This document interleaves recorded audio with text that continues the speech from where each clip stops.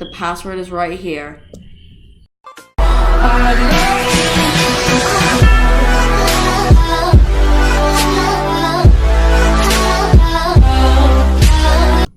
Hey guys, my name's BossComputerGuy1812 and welcome back to another video.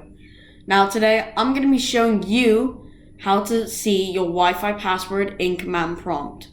Without further ado, let's get started. Now what you want to do is go down to the search bar right here and type in CMD. This will bring up command prompt. Just click on that. It'll take you into the command prompt window. Now, what you want to do is just type in Netsh, and that will bring you into Netsh. Then you just want to type in wlan show profile.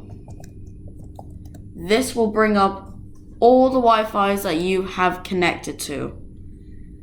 And then you just want to do that exact same code that you just did, wlan show profile, and then type in the network that you want to see the password of.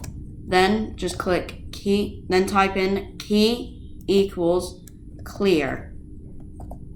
Then just hit enter. And where it says key content, the password is right here. Thank you guys ever so much for watching. If you enjoyed the video, please give it a big thumbs up and subscribe. And turn the notifications on so you never miss a video of mine.